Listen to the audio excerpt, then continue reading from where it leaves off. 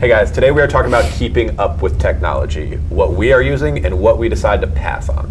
Are you keeping up with tech? We're going to dive into marketing, financial, and transactional tech that we're using in our business and hopefully get some good takeaways. Check it out right now.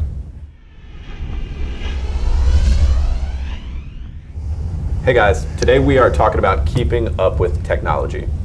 Everything's moving so fast, there's new stuff coming out every day, things that are out are constantly evolving, and it's hard to keep up, and it's hard to prioritize what you need, what you don't, what you should focus on, what you shouldn't. So today we're going to break it down. We're going to talk about some business stuff, some personal stuff, and hopefully it will be a benefit to you. Absolutely. Yeah, I mean, things change in the tech space every day. I mean, I feel like every time I log into Facebook platform, it's different. And that's just not like the personal Facebook platform. I mean, that's the ad platform, it's the Google AdWords platform. I mean, things change and they change for the better, but you do need to adapt and make sure that, you're following along. And a lot of business owners, they really just don't like tech. They want to stay away from it. They're scared of it. They feel like they just don't want to have involvement in it. And that's obviously up to you as a business owner. If you want to be heavily involved, if you want to assign a teammate or an employee or an outsourced person to help work on it. But the important part is just understanding that there's changes in place and someone's got to kind of evolve with it over time. And I would say that like let's just talk real quick about the three kind of tech projects, three tech categories would be transactional inside your business, because I think that's important. The marketing element, because there's a lot of tech in marketing these days, and then probably the financial element or the back end accounting, financial reporting, things like that. Yeah, so the one you mentioned first, the transactional part of your business, I would say that for the vast majority of small business people, in essence, you just need the 101, the standard for your industry, whatever like the most popular or common or what's considered the best thing. Don't overcomplicate it. Don't try to tie too many crazy systems together, you know what I mean? Because like Jason said, that's just something you need for your business. It's not necessarily what you're going to be doing every day, right? Like being a tech person. So you just, in my opinion, you want it 101, it works, it's block and tackle, and you can focus on what you really want to focus on. Yeah, absolutely. And you can always upgrade from there, as you become a larger organization. But, for instance, like we couldn't be a private lender and operate on like an Excel spreadsheet, and there's a lot of old school lenders that do. There's a lot of lending institutions that say, well, that's what I'm used to. It's brain damage to me in order to move over to newer technology. And they feel like, well, it's time lost when I could be working on other stuff. And yeah, maybe it's a brain damage for a month, but then after that, it's heaven.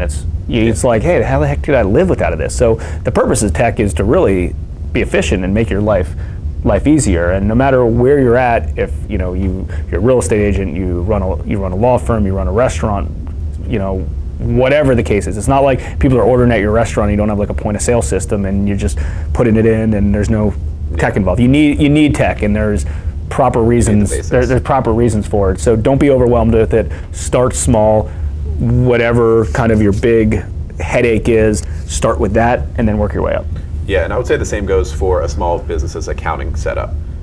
You need to run your business like a business and not just on the back of a napkin. I mean, that's an exaggeration, obviously, but you need to handle it in a professional manner. So just don't overthink it, get what everyone else uses, and get it set up right so that you can go back to focusing on the stuff that matters. Yeah, and leading kind of into marketing tech, which is probably the biggest bang for your buck. I mean, think about it. If you don't have email autoresponders, if you don't have websites, if you don't have everything that, all of that stuff, how do you run a business? I mean, what are you just, still using the phone book? Or you driving down the street and screaming out, hey, come into my store?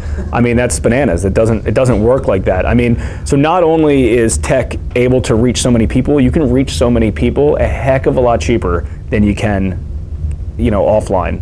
So get your email databases set up. If you circle back to some other shows that we've done, I mean, we talk about email databases in like 50% of every show that we've ever done, because it's probably one of the biggest leading indicators to any business's success. A lot of bang for the buck, huge ROI on that. And the other stuff too, like I was saying before, just go for the 101. What's easiest to accomplish that works for the most amount of people? Like that could be WordPress for your website, it could be Infusionsoft or MailChimp or something for your email, and then in social stuff too. Depending on how built out you want your social marketing to be, there's different levels of it. Like, you don't have to do every single possible platform out there constantly. We do most of them. We do the major ones, and we do them consistently. But frankly, I just don't know how you would get to them all. I mean, go look at our YouTube page from 10 years ago. Go look at what our website was from 10 years ago. I mean, there's tech that actually can show you what you had in the past, or look at some of our posts. I mean, look at our setup. I mean, there's 10 years ago, we had these two awful camera chairs in the worst lighting in a brown background, and we had a busted. We didn't have iPhones back then. Yeah. We had busted cameras that we used as there was a video feature on the camera. It's evolved, right? It's changed over time. So, again, this topic is about understanding that these things are evolving, and understanding that, you have to keep up with the tech, and it may be hard, and it may scare you, but number one, if change is scaring you, maybe being an entrepreneur isn't right for you anyways. Yeah, and like we were saying, prioritizing what you can do, and the fact that you can't get to all of it, and that you do need to be consistent on the important things. A lot of that is being disciplined about what you aren't going to do. So in my personal social media world, I use Facebook, I use Instagram, and Instagram stories more recently, and that's it. Like, I'm not getting to Twitter. I rarely am going to tweet anything, not a priority of mine. I'm not snapping, even though I played around with it for a little bit, because I just know I can't do it all. Yeah, and actually talking about that leading into marketing, also make sure when you're using tech for marketing that you understand your audience. There's no point to be all over Instagram if your audience isn't all over Instagram. I mean, we know as real estate investors, realtors, and stuff like that, typically LinkedIn, Facebook, there's a little bit of Insta and some other stuff. And I'm not saying you can't spin that into other social platforms or other digital marketing spots, but understand your audience and make sure if you are going to do something, you're doing it there. Yeah. So the last thing that you obviously need to keep up with tech is the financial element of your business. If you can't count your money, you can't really be in business. So you need obviously proper accounting reporting, and you need proper financial reporting so you can track all your dollars, plus understand where you are in a company, so you can set projections for the following year, and how much money to distribute and things like that. Yeah, they say what gets measured gets managed, and that is directly related to a P&L. Like, if you don't know where you're spending money and where it's coming from, who it's coming from, client-wise and everything else, you don't know where to apply your resources, your time, your energy, everything else. Yeah. So, yeah, long story short, count those dollars carefully. At the end of the day, that's what we're doing this for. Yeah, you can't just write stuff on a piece of paper, on a yellow note card or a bank account and say, here you go, see how much money I made. Like, it doesn't work that way, and if it does, it's only going to work short-term like that. You can't grow a business like that, so it's important. And bottom line is tech's everywhere. If you're using tech inside your business and you want to comment below, feel free to comment, share it with our community.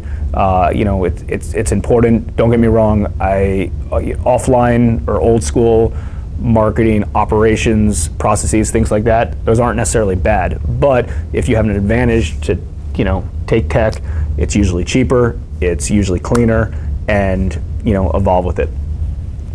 All right, guys. Thanks for checking us out, and we will see you next time. Like, comment, share, subscribe. Check you later.